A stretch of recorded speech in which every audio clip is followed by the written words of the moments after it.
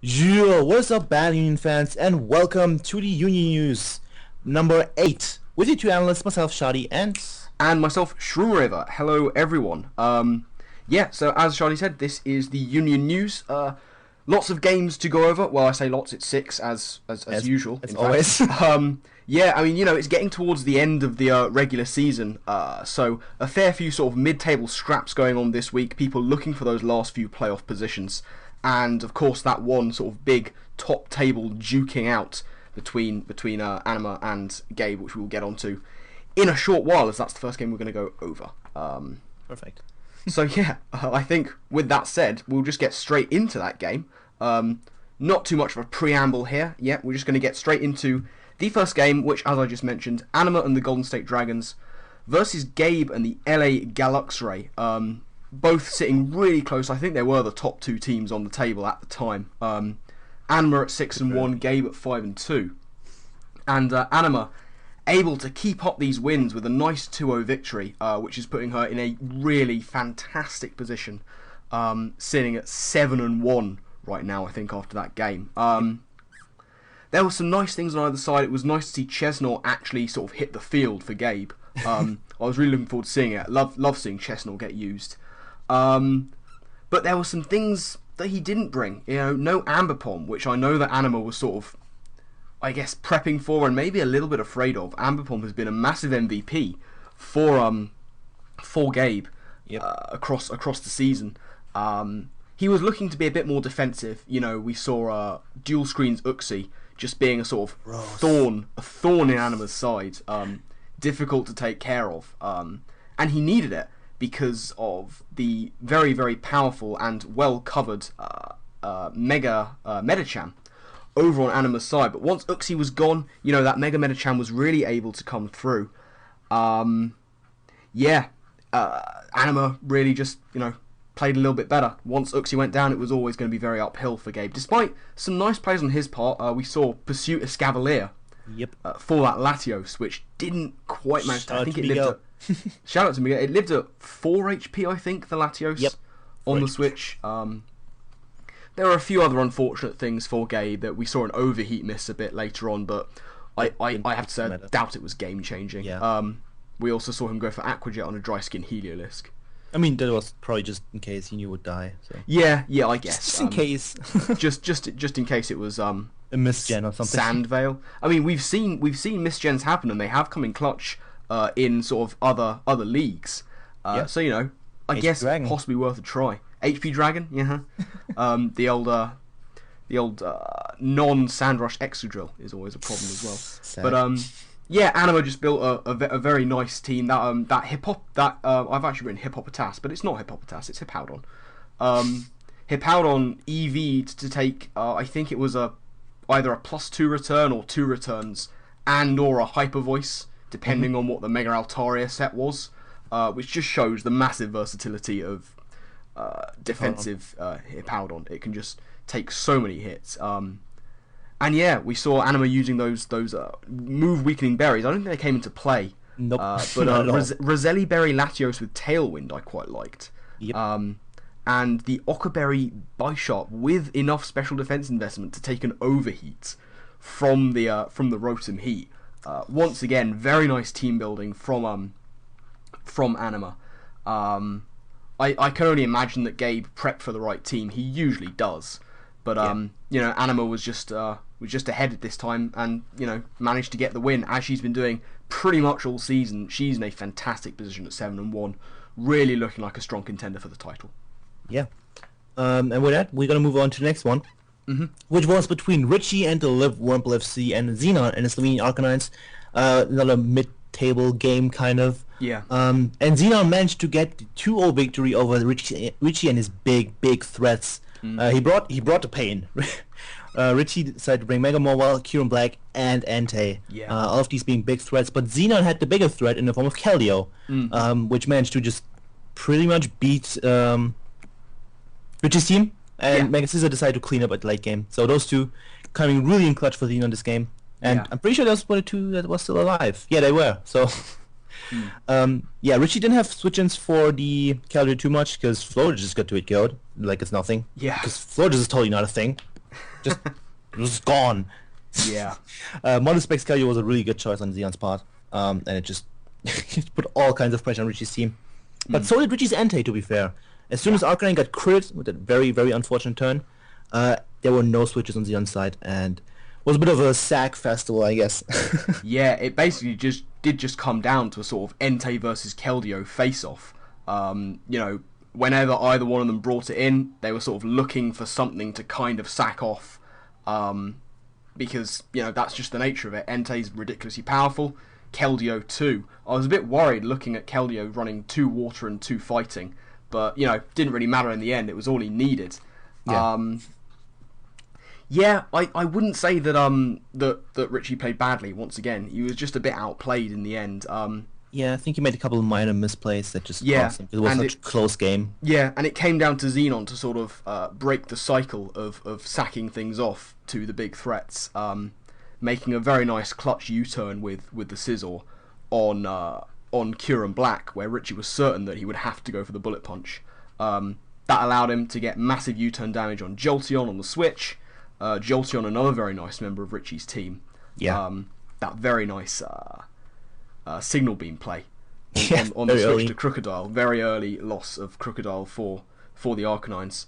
But yeah, I mean, it was a huge play from Zenon, going for U-turn when he did, and it pretty much allowed him to win the game because it meant that he'd get the bullet punch KO later on Jolteon, allowing him to take that game. So yeah, I feel like U-turn was his only play in that point, but maybe that's just me. Well, it was. I mean, I think Richie, it was a good play. Yeah, it was a good play. Richie expecting obviously the bullet punch. But yeah, I think, as I say, Richie didn't play badly, but Zenon in the end managing to come through and play a little bit better. Yeah, that's pretty much that. Yeah. So moving on very quickly, we're going rapid fire today. We're going to move on to the third game, which saw the Welchions taking on the Swiskers, another one of those mid-table bouts. And we should say that Frito was absent for this game, unable to take management of the Welchions. He was pretty snowed under, unable to get their sort of timings matched up. So, our very own Jack, aka the Don Fanatic, who's been fairly active in this league as well, taking charge when people can't, so shout out to him for doing that. Yep. He took charge of the Welchions for this game and unfortunately resulted in a 4-0 loss for the Welchions, Swiskers taking that one. Yeah, that's what I think it basically switch and die. Yeah, it basically came down to he didn't have a lot for a V-create. Yeah.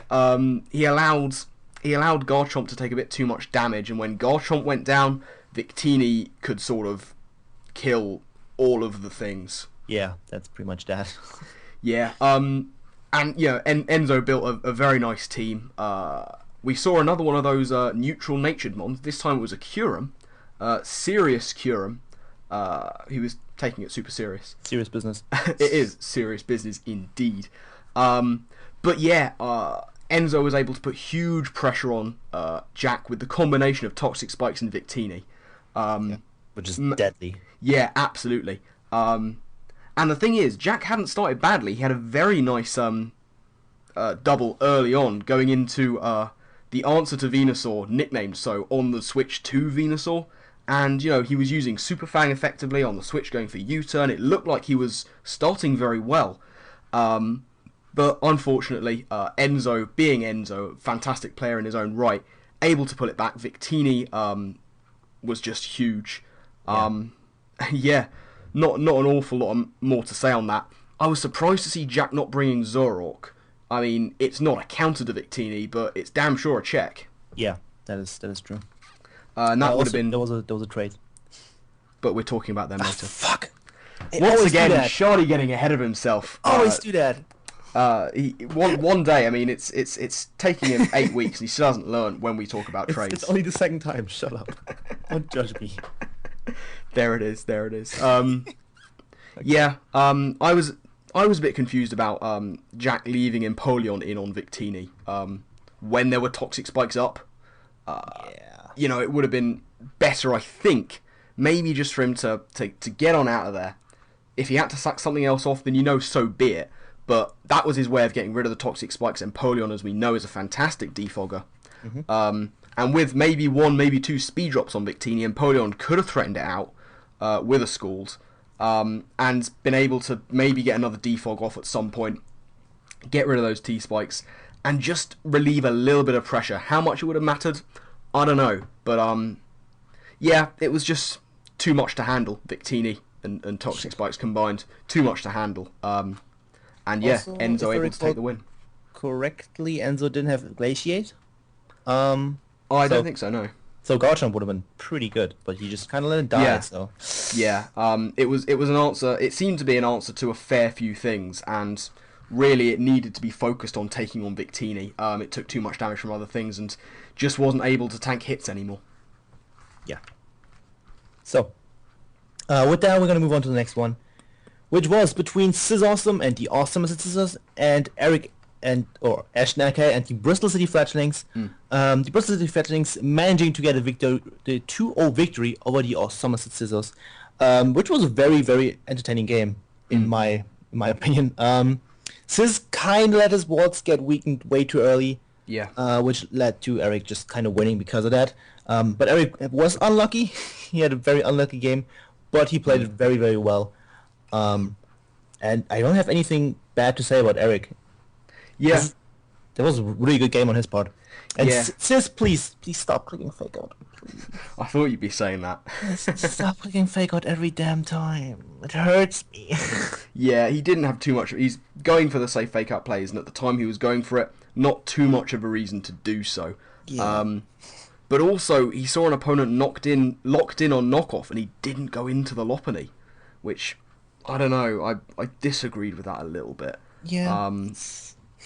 But I actually think his team build was good. Yep. He seemed to have all the right things. I like to see Scarf Zapdos, and he played Zapdos very well.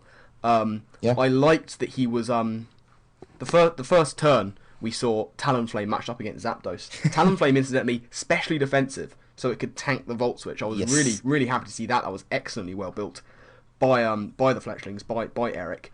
And then we saw the matchup again, and what I liked was that he was not tempted to go for the T-Bolt. It would have been so easy to think he stayed in last time, he's staying in this time. But no, he went into the Chansey, but Sis able to just go, no, I'm going to stick with my guns, go for the Volt Switch, get the initiative. And then he went into Reggie Steel. The counter. Yeah, I mean, I feel like, was he running Block?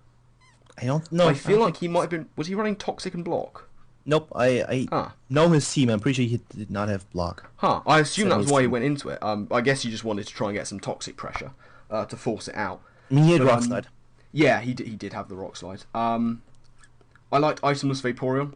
That was nice. Trying to take the knockoffs from Crawdon, who was huge in this game.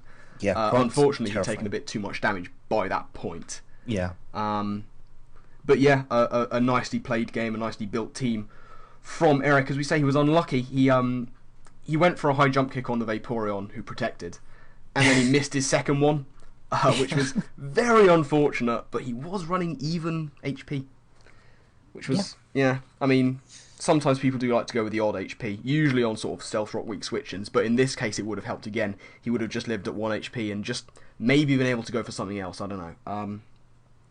But yeah, essentially Eric played a very nice game. He was able to use his mons effectively, and he didn't just sack Talonflame this time, which was nice. We've seen him do that in the past, but he knew to keep it. Very, very important for that Lopunny. He kept it around, he played it well, and yeah, a nice win for him. Yeah, very well played on his part. So with that, I think moving on to the fifth game, and that was going to see Coil and the Blastburn Rovers taking on Squirtacular, Josh, and the Kentucky Kecleons, the Blastburn Rovers, on a big 4-game win streak, and once again bringing a very, very nice team. This time, however, it didn't work out, as the Kecleons took a 3-0 victory. Kyle predicted Josh's team very well. He brought a lot of things to cripple setup or defensive stall. We saw Trick Scarf, we saw Heal Block, which was fantastic. That's a cool move. I like seeing Heal Block. Same. Just unable to use it as he wanted to. And speaking of things he wasn't able to use like he wanted, that Typhlosion set. I mean, that was really cool. I mean, Subbatire Berry with Flame Charge. Yeah. And he said himself that maybe he was getting a bit greedy with it, tried to go for it a little bit early, but I guess he was just thinking, This is the best set ever. I have to use it. Yeah, it was a fantastic set. I guess he was thinking that he brought it in on a Cabalion, and I guess assumed that Cabalion was going to switch out fearing the Scarf. Cabalion goes to Secret Sword and got him just too low to make the sub. It was very unfortunate. We also saw no happiness return pincer. New meta. Yeah, less than ideal for him. And, you know, he misplayed against the Scolipede in the late game, but he knew that. He said it afterwards that he didn't play around the Scolipede as well as perhaps he should have done. Yeah. You know, on Josh's side, I was worried that he kept just leaving Mons in to die. But, you know, he had his plan. He had Scolipede for the end game. He took some risks with it, but it did pay off. Able to get that late sort of sweep with the Scolipede, whose name I've remembered this time. Progress. Yeah, absolutely. And whilst I thought he didn't have a lot for Thunderous, we didn't see Nidoking for that Volt Switch immunity. You know, he was able to save what he needed till the end, in the form, as I say, of Scolipede. And able to take a big win over Blastburn Rovers. So we'll have to see how Coil can recover from what I think is his first loss as manager, to see if he can keep those playoff dreams alive. Yeah, Kyle's first loss, so that's interesting. Well, we're going to move on to the last game, which was between Pais and the Twinleaf Tyrants, and Jedi Carded and the Highland Houndoums, which ended in a 4-0 victory for Pais. Pais played a very solid game. Raichu was kind of more of a, death fodder pivot guy. Yeah. Because that's what Raichu does, I guess. And Jedi with a very, very questionable start. Starting Run and Wash against Conkeller, it's a bad matchup. We're all aware of that. Because Conkeller is a Run and Wash counter, straight up. But then he, after missing 2 Hydro Pumps, which was incredibly unfortunate. Yeah, that was unfortunate. He switched into Volcarona and then decided to go for Fiery Dance on the Conkeller and died to a Rock Tomb. Yeah. I don't understand. I really do not understand. No. I mean, that was a very unfortunate start for him because Volk was so important for his team as well. Again, Volcarona being important. It was just getting either crippled last week or just getting destroyed this week.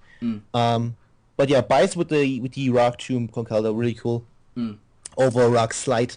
I don't know why, but it's cool. I guess lowering speed is always nice. Yeah.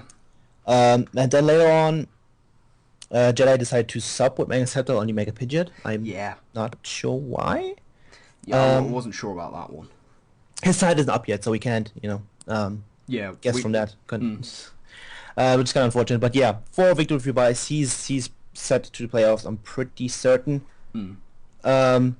I think I might be wrong, but I'm pretty sure he is. Very good victory, and Jedi is just here to have fun at this point. I mean, that's what he said. I think he's going to bring all kinds of stuff week 9. Yeah, which to be honest, I'm looking forward to seeing what he's going to bring now. I think I'm too, but I might have a heart attack. It's going to be insane. I mean, he brought a much more sort of normal looking team this time. Yeah. I did like Seed Bomb Snorlax. Yes. That was nice. Able to take out the other Swampert with it.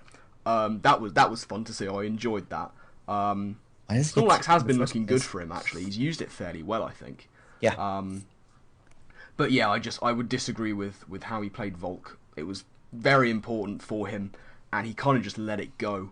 And at the end, he switched Terrakion instead of Metagross into Conkeller. Yeah. I don't understand. His team was very underprepared for Conkeller. Like, the only thing that could kill it, straight up, was Metagross. Yeah. So, I'm not sure. Which apparently didn't have EQ, maybe?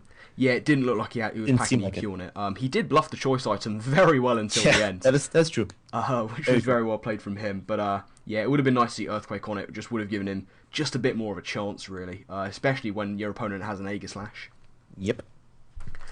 Yeah, so that pretty much is going to wrap up our go-over of those games. Obviously, we'll go into more detail on them on Thursday when we do our power rankings. So for now, we're just going to have a little look ahead to the Week 9 fixtures and see who we are going to have playing against each other there. So, first up, we're going to see Anima and the Golden State Dragons. She's going to be taking on the Somerset Scissors and their manager, of course, Sizz Awesome. Anima has just been looking in such good form. And Sizz, not so much. Not so much, but, after the team build that was looking very promising in the week just gone, I'm looking forward to seeing what he's going to bring against Anima. I feel like he's got some mons that can put in a lot of work against her. I'm looking really at Zapdos and Roserade for that. Trying to take advantage of a few grass and electric weaknesses that Anima has got going on. We'll have to see if he can take advantage of them or not. But this is going to be a tough battle for him. He's had a bit of a rough season, but Anima. Well, he's going to click Fake Out when he doesn't have to. Well, we shall also see if he's going to use Lopunny like that.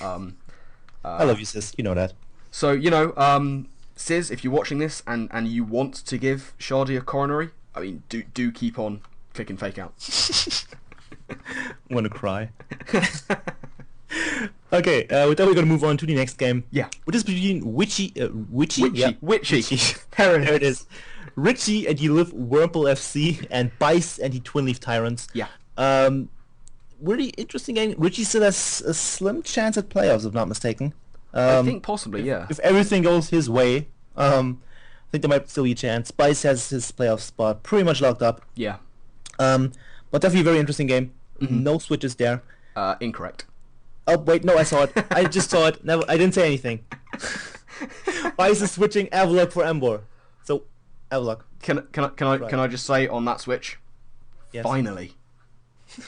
I've been dying to see Emboar in action. I really have. I love using Emboar. It's one of my favourite mons at the moment. And Avalok I don't think he's put used in it all once. kinds of work this season. Yeah, true. Yeah. I mean, it's going to be... I mean, Emboar spent most of its time on the bench, and ironically enough, Avalok, who spent most of his time in the squad, is going to get less screen time than Emboar. Probably. But yeah, I'm looking forward to seeing Emboar doing some work, and looking at the team it's going against, it's got potential. Yeah, I think it does have potential of doing a lot of work. The game has to Emboar is around 0. So it's going to be interesting. Yeah, I'm looking forward to seeing Emboar in action, and indeed seeing how Richie's going to prepare for it. Yeah. So, third game in the coming week is going to be Fredo and the Welshions. He's going to be taking on Coil and the Blastburn Rovers. That's going to be a fascinating game. A couple of changes, one on either side. First up, Fredo has finally brought in Weezing for Lantern. And on the other side, Harry Armour is in for the Blastburn Rovers in place of Typhlosion. And I think Fredo's switch is going to be absolutely crucial because other than Weezing, he has nothing for Mamoswine. Yeah. Just nothing. Nothing. It kills his team and possibly him. I'm pretty sure one hit kills everything except for Weezing. Yeah, Weezing is really going to be his one of his only things. He's going to have to get gimmicky to deal with the Mamoswine. Probably, yeah. He really is going to have to dig deep. On the other side, Harry Armour, I mean, we've seen how well Carl can use Harry Armour. It's been a massive threat for him this season. And, we've seen it not only in this season, in other leagues, Harry Armour's put in work. We've mentioned this before. It's been a massive crutch for a lot of managers. As we say, Kyle's used it incredibly well. And, it's got some nice coverage to deal with a few of his mons. And it can tank hits. We've seen it before. So 2 very good transfers going on there. Going to be interesting to see how they use them. I want to see Hariyama beat Weezing 1v1 with Facade. That would be something. That would Facade. truly be something. The big Facade. Not bad. Okay. With that, we're going to move on to the... the fourth game. Nice. Which is between Enzo and the Swiskers and Jedi Card and the Highland Houndoons. There has been a bench trade as well. Jedi brought in Zygarde for Terrakion. Yeah. Which is very interesting. Zygarde is a pretty cool mon, actually. I think it can put in work. And it's Jedi. It's going to have some weird set. What specs? Nice and spec Zygarde. I'm looking at Enzo's team. It's going to be interesting to see why he's brought it in. I mean, because it's Zygarde. I mean, because it's Zygarde. I mean, I'm kind of wondering if he's going to try and use it against Victini. Yeah, it could work. We've just seen Victini put in a massive amount of work in the game just gone. Zygarde, of course, will resist the V-Create. How well it'll take it, I'm not take sure. 2, I'm pretty sure. Hopefully. I mean, Zygarde is bulky. Yeah. It's bulky. Unless he runs a hasty nature, he should take 2. The big scarf tasty Zygarde. I mean, it's Jedi. We've seen weirder. I mean, yeah, that's given. It'll be nice to see what he's going to do with Zygarde. Very much so. So, moving on, 5th game is going to see Zenon and the Slovenian Arcanines. He's going to be taking on Josh and the Kentucky Kecleons. Zenon, you know, he's really pushing for that playoff spot. The Kecleons, we were saying we're not sure if he's out of contention just yet. I'm not sure if he is or not, but Xenon's going to be really pushing for it. That's going to be a big game for him. He's had a bit of a mixed season, has Zenon, but he's looking good now at, I think, 5-3. So he's pushing for that position. And yeah, it's going to be very vital for him to win that game. No changes, no bench changes for this game, so it's going to be as the teams stand. Looking forward to that game. Should be a good one. Yeah. So moving on to the last one, which is between Eric, Ashnaka, and the LA Galaxy and Gabriel. That's been switched as well. Gabriel brought in Doublade, the winner of GBA Season 4, and for Gudra. Which is very interesting. Doublade is a massive threat if played correctly. Its typing is amazing. I think everyone is aware of that. Yeah. It's one of the best typings in the game. How much it does against Eric's team, it definitely stops him from spamming Banner Jump Kick. That's one thing. That's true. So probably if Miancha comes, it's probably going to be more of a life orb step or whatever. Yeah. But this is also a very important game. Gabe still needs to fear for his playoff spot, I think. I think there's still a slight chance of him not getting there. I could be wrong. I'm bad at things. But yeah, Talonflame is going to be also pretty interesting, I think. Yeah. I mean, I think he can put in work. I think switching out Gudra was a good decision for him because looking at Eric's team, it doesn't do a lot of work to his team. It really doesn't. We know that Eric's got a lot of natural special bulk. Choice band. Yeah. Problem solved. Well, there it is. He's also, of course, got those 2 fairies, which don't mind taking on Gudra as long as, of course, there's no Sludge Wave. But he's got switch-ins to that as well. Things like Tentacruel don't mind taking them. It would have to be a very special Gudra set to be doing a lot of work. So I like the Doublade switch. I think it'll be fantastic to see him get a Doublade sweep. It'll be the second one in League format in not too long of a space of time. It takes on his core fairly well. Yeah. I mean, Flamethrower is going to hurt. This is true. From the Mega Ordino. And from Chansey. the big specs Chansey.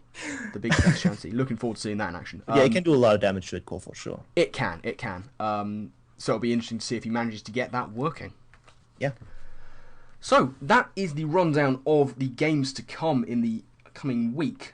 So finally, what we like to do here, have a little look at the kind of smack talk going on between the managers. As we say, the season sort of the regular season winding down before we get into the playoff format of the league, and only really one person at this point still going strong with the shit talk, and that is, of course, it's not me. Our very own Fredo. Our very own Fredo is still igniting fires all around the place. He, of course, is very scared of the Mamoswine, and rightly so. He said he was looking to ban it for the sole reason that it wrecks his team. I mean, it's not a Mammo's fault that he's bad at drafting. Well, there it is. You draft a Mamo check. You really need to. He said he was looking to make a deal with Coil, saying, if you don't bring it, I won't lose to you. Which he was wondering if that sounds fair, and Kyle's response was, I'll trade Mamo for, never mind, nothing on your team is good. Well, there it is. I mean, Kyle high five through the internet. I mean, Fredo does have some good things, just not against Mamoswine. Yeah. But since losing that particular exchange, he then moved on to would we call Eric an easy target? Easier than Kyle, I guess. He's taken a lot of flack in the season from Fredo. He really does, and Fredo has gone back to his main form of attack on Eric, which is his Mega Choice. Attack on Eric, the new anime. There it is, the highly anticipated sequel series. He's trying to draw Someone a correlation. Photoshop that, please. Thank you. Well, we need some animators. So get on that. Get on that in the comment section below if you want to see that series. Attack on Eric. Hashtag Attack on Eric in the comments. But yeah, Fredo trying to draw some correlation between Eric winning and Eric not bringing Mega Ordino. Which we can't deny this week. It happened. It did. Yeah. No Mega Ordino and a victory for him. But, Eric is really staunchly standing by his Mega Choice, and it's done him a lot of work. So maybe, Fredo, he is not the target you are looking for.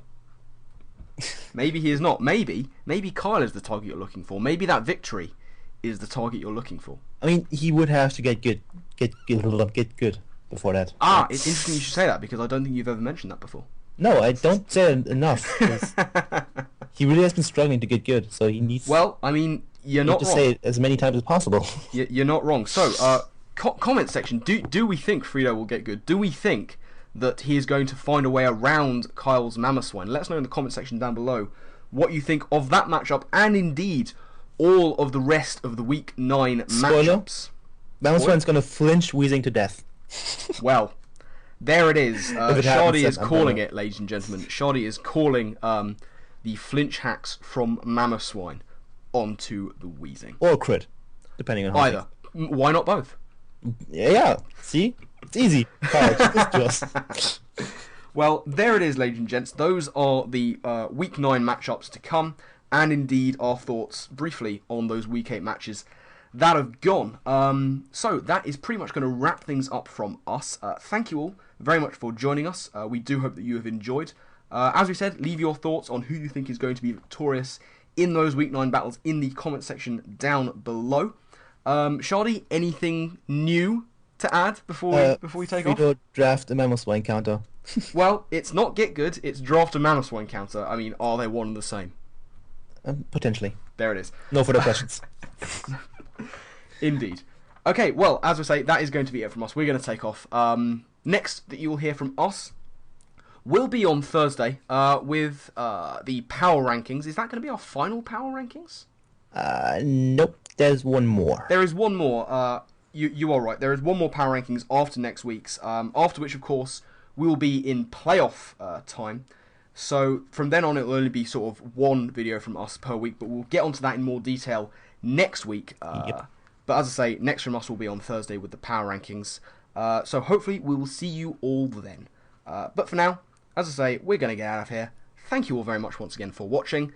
And we will see you next time. Take care, TVU fans. Goodbye.